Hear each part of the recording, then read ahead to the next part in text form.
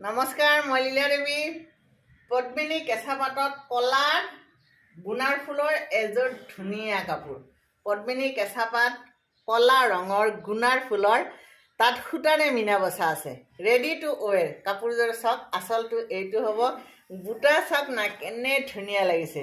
একদম নতুন নতুন ডিজাইনৰ এক্সিলেণ্ট কাপোৰ এযোৰ যদি আপোনাক লাগে, ৰেডি টু ৱেৰত আপুনি যিকোনো অনুষ্ঠান এটাত পিন্ধিবলৈ।